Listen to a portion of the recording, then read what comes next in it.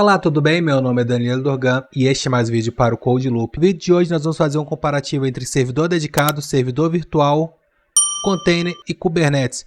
Qual a diferença entre esses quatro ambientes e qual você deveria escolher para hospedar sua aplicação? Depois da vinheta. Porém, antes de iniciar nossa explicação, eu gostaria de convidá-los a acessar o nosso site codeloop.com.br. Lá você vai encontrar vários artigos que a maioria deles está aqui em vídeo.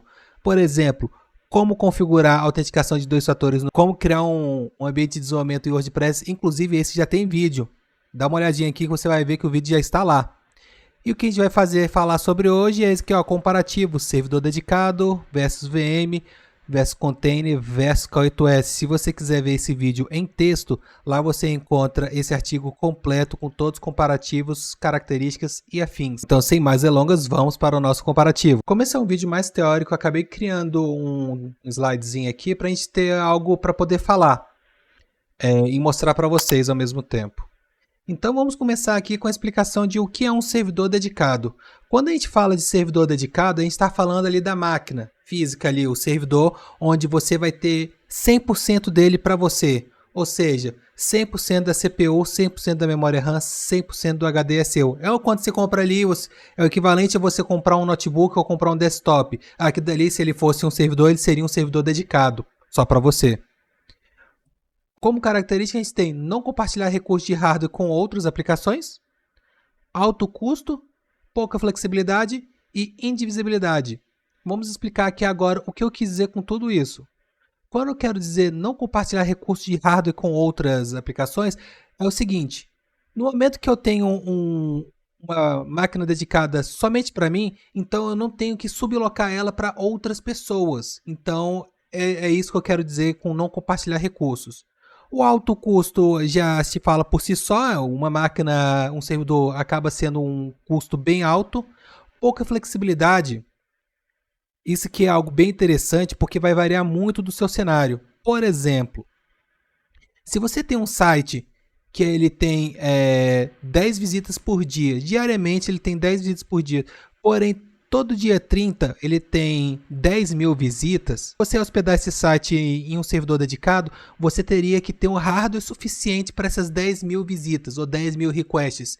Porque o que vai acontecer? Num cenário onde você só tem servidor dedicado, você não conseguiria escalar ele. Para aumentar, fazer o upgrade, seria necessário você desligar ele, fazer o upgrade de memória RAM, fazer o upgrade de CPU, se possível, ou de HD, né?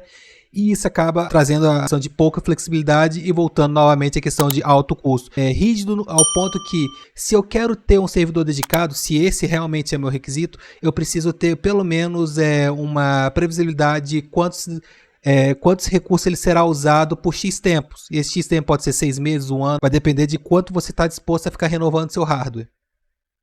Indivisibilidade é aquela: se você tem um servidor dedicado e ele está hospedado naquele servidor, se tem uma aplicação e ele está hospedado naquele servidor, se por N motivo você precisar instalar uma segunda aplicação, porém ele não é compatível com a primeira aplicação por N motivos, e nesse cenário de servidor dedicado você teria que ter 2 servidores dedicados. Um servidor para a primeira aplicação e outro servidor para a segunda aplicação. Essa é a arquitetura. Você pode ver ali que ali embaixo teria o hardware, mas eu acabei não demonstrando aqui. Então nós temos ali a primeira camada, que é o sistema operacional. Acima do sistema operacional nós temos as libs e os nossos apps. Sem nenhum tipo de divisão, todo mundo ali compartilhado, tudo ali de cima do S para cima, está na mesma camada, digamos assim. Avançando um pouco aqui, nós temos ali do outro lado máquina virtual, ou se você quiser VPS ou ainda VM, tem alguns nomes que você pode localizar no mercado. Uma máquina virtual, ela é um pouco mais flexível e eu vou falar mais ali depois das características. Vamos ali nas características. Ela tem flexibilidade de fazer upgrade e downgrade, o custo é reduzido, ele compartilha recursos com outras VMs e carrega o sistema completo por VM. Vamos aqui agora explicar o que eu quis dizer com tudo isso. Quando você tem flexibilidade de fazer o upgrade, já trazendo ali que ele compartilha recursos com outras VM, o que isso significa na prática?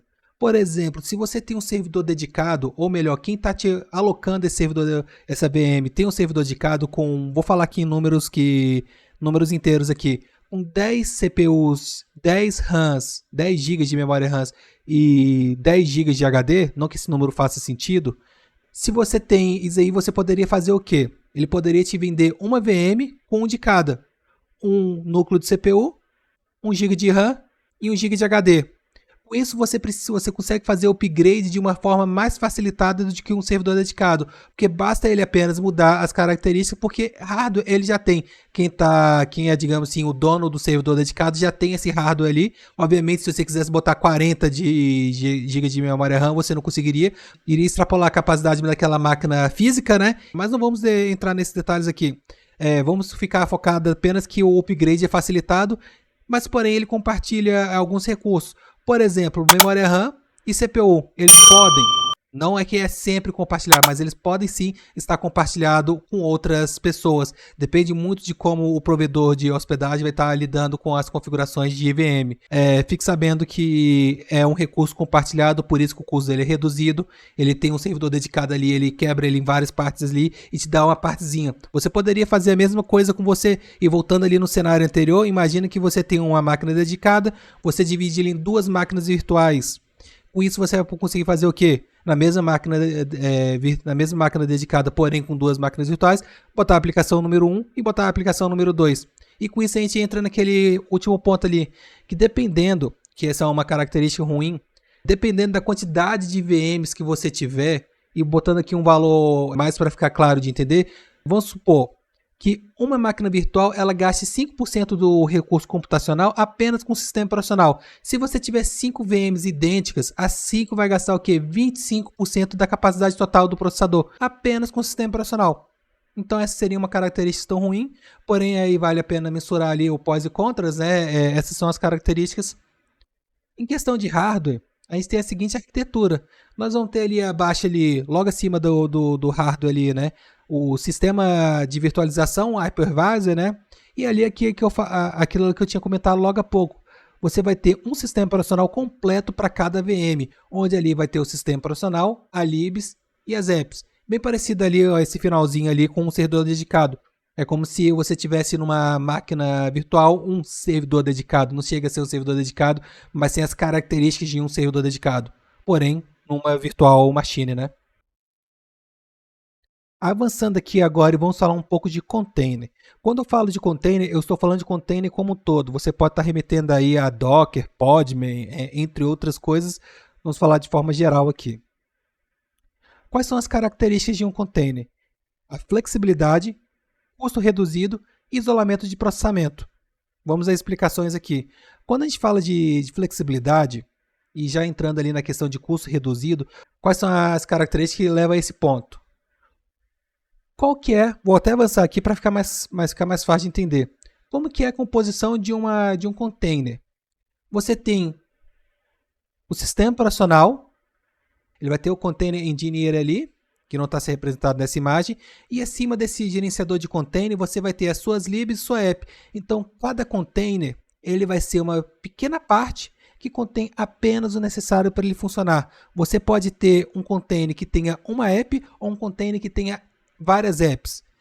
E mesmo assim, ele não vai precisar carregar o sistema operacional completo. Esse sistema operacional ele vem herdado ali do engineer, que é através do kernel ali, ele herda essas informações. Então ele não precisa carregar o sistema operacional completo, já é uma vantagem ali em relação à VM. Ele precisa apenas carregar as libs e a própria app para funcionar. E com isso a gente consegue entender como é que ela é a flexibilidade. Ela é pequena o suficiente ao ponto que você consegue colocar ela em praticamente qualquer lugar. Você consegue colocar na sua máquina, você consegue colocar ela num data center que você escolher, num provedor de nuvem ou numa hospedagem focada nisso. E o custo reduzido dele é justamente pelo tamanho. Ele acaba usando somente o que ele precisa, tanto em questão de tamanho e questão de processamento. Explicando um pouquinho entre VM e container, quando a gente fala de container, a gente está falando de isolamento por processamento, ou seja, ele vai isolar o processo da seguinte forma, que da perspectiva do host, eu ali que como host, eu consigo ver o que está dentro daquele processo, ou seja, eu consigo ver o container, porém por padrão, o container ele não consegue ver nada que está no host e nem nada que está nas containers do lado. Por que eu falo por padrão? Porque tem formas de alterar isso, mas por padrão vamos supor esse cenário dessa seguinte forma, e é por isso que a gente fala de isolamento de processo e não de virtualização. Como eu já tinha falado ali agora há pouco, a arquitetura dele tem o sistema operacional como base, tem o container engineer, né? E acima deles você tem propriamente os containers ditos, que pode ter uma ou várias apps. E agora nós vamos para a última parte, que é o Kubernetes. Quando a gente fala de Kubernetes, e voltando aqui agora um pouquinho atrás para falar sobre container novamente, para fazer sentido aqui a gente chegar aqui em Kubernetes. Você como desenvolvedor, quando você tem um container na sua máquina, você sobe ele com Docker Run, com Docker Start, com Docker Compose Up e por aí vai. N formas de gerenciar container. Você pode usar o Rancher ou o Podman para fazer a mesma coisa. Você vai gerenciar 1, 2, 3, 6 containers de forma muito fácil. Porém, quando a gente aumenta a escala, ou seja, você tem dezenas ou até milhares de containers para gerenciar manualmente fica humanamente impossível. E é nessa daí que entra o Kubernetes. Ele é um orquestrador de containers que permite que você consiga gerenciar em larga escala, não necessariamente só larga escala, mas que permite gerenciar em larga escala containers. A nossa ideia aqui não é explicar a arquitetura do Kubernetes. Indo aqui para características, nós vamos ter o que? Flexibilidade, isolamento de processamento igual ali no container e escalabilidade. E a gente fala de escalabilidade porque dependendo de onde você estiver, como você subir o seu container, de como você subir seu Kubernetes ou K8s, como você preferir, você pode, por exemplo, num provedor de nuvem pública, pedir para ele escalar até os nodes, dependendo da quantidade de recursos que você está precisando para aquele momento. Então ele é flexível o suficiente para você trabalhar de forma pequena, mas ele também é flexível o suficiente para você conseguir trabalhar com grandes aplicações, grandes escalas sem maior problema. Ele vai conseguir orquestrar todos os seus containers. Naturalmente ele se acaba utilizando com cenários mais complexos, mas nada te impede de instalar até o Kubernetes na sua máquina, por exemplo, utilizando o Minikube. Inclusive lá no nosso blog a gente já tem um artigo onde a gente mostra como fazer a instalação do Minikube localmente para o Windows ou para Linux. Dá uma olhadinha lá se você quiser saber mais sobre Minikube. Voltando aqui então e falando um pouco das características, as características dele em nível de camada, como a gente estava falando ali anteriormente, ele é bem parecido com containers, porque ele é um orquestrador de containers. Você pode usar o Docker Engineer, por exemplo, como o engineer de container do K8s. Porém, se você ficar com curiosidade que eu vou colocar aqui a arquitetura, você precisaria ter, digamos assim, no mínimo, não vou falar no mínimo, mas você precisaria, nesse cenário aqui onde a gente está mostrando aqui na imagem, você vai ter pelo menos 3 máquinas. Uma dessas máquinas ela vai servir de control plane, de forma grosseira aqui, que não é o nosso objetivo aprofundar. Você vai ter um controlador ali e você vai ter 2 works que ele vai ser responsável para receber as suas apps, os seus containers, né? Então você conseguiria estar balanceando aplicações entre esses 2 nodos ali. Se você tiver alguma dúvida ou curiosidade em saber mais sobre a arquitetura do K8s, deixe aqui nos comentários que a gente pode estar fazendo um vídeo só sobre isso. Por enquanto aqui eu não vou me aprofundar muito sobre o Kubernetes, na questão arquitetural e como é que ele funciona. Se você tiver dúvida, deixa o like aí nos comentários que a gente pode estar fazendo um vídeo sobre isso. Espero que você tenha entendido a diferença desses 4 pontos aqui. E agora vamos a algumas principais perguntas que podem facilitar você na sua decisão de escolha de ambiente. Minha app precisa de recursos físicos? Quando eu estou falando de recursos físicos, eu estou falando, por exemplo, você tem que colocar um pendrive ali fisicamente ali, um certificado digital daquele de totem, alguma coisa desse sentido. Se sua aplicação precisa disso, e eu diria mais, exclusivamente você precisaria de um servidor dedicado. Porque os provedores de máquina virtual dificilmente vai deixar você estar colocando alguma coisa nos servidores deles sem ter um servidor dedicado exclusivo para você. Isso pode representar uma vulnerabilidade tanto para você quanto para os próprios outros clientes. Sua app ou site tem poucos acessos? Dependendo dessa quantidade, nem vale a pena colocar numa máquina virtual, porque por causa dos custos e a capacidade de computação que ele tem, seria interessante colocar ele, por exemplo, numa hospedagem compartilhada. Se você tiver dúvida de como escolher uma boa hospedagem compartilhada, deixe aqui que a gente pode fazer um vídeo só sobre isso. A gente não vai se aprofundar nesse contexto aqui. Vamos focar só nesses 4 que a gente já tinha iniciado. E nesses 4, então, você poderia colocar ou numa VM, dependendo da quantidade, né? Seu site ou app usa muitos recursos? Pode parecer que essa pergunta está contrastante ali com a pergunta anterior, está entrando em conflito, né? Porém, faz total sentido. não é só porque o seu aplicativo ele tem pouco acesso, significa que ele utiliza pouco recurso. Muitas vezes, dependendo da aplicação que você vai rodar, ela tem poucos acessos sim, porém ela usa muitos recursos. Porém, para isso, para poder responder essa pergunta, eu precisaria saber se esses recursos eles são estáveis por muito tempo, ou se você precisa de muito hardware. Porque, por exemplo, se você usa uma quantidade razoável ali de hardware e é mais ou menos estável, você poderia ter uma máquina virtual, te atenderia. Agora, se você usa realmente muitos hardware, porém ele é fixo, ou seja, você tem uma previsibilidade ali de hardware, você vai usar, por exemplo, 16 GB de RAM todos os dias do ano, então você poderia ter um servidor dedicado, ou ainda, se você usa muitos recursos, mas esses muitos recursos ele pode variar bastante, então talvez você já poderia ir para alguma coisa como um cluster C compatível, se não um servidor virtual, poderia ser sua opção.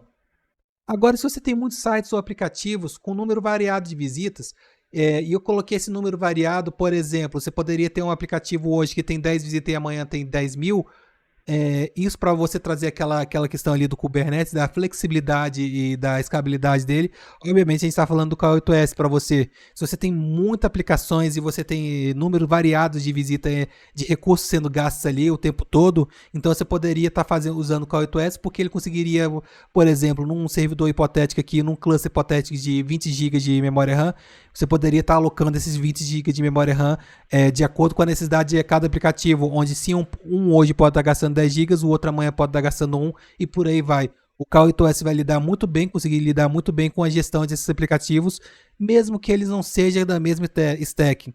Ou seja, mesmo que todos eles não sejam PHP, para o K8s isso pouco importa. Eu não tinha comentado lá anteriormente, mas se você não conhece nada de container, um container ele é isolado, porque você consegue subir um container PHP com WordPress, você pode subir do lado dele um Java com Spring Boot, por exemplo, e um não vai influenciar no outro, eles são isolados. Então com Kubernetes é a mesma coisa.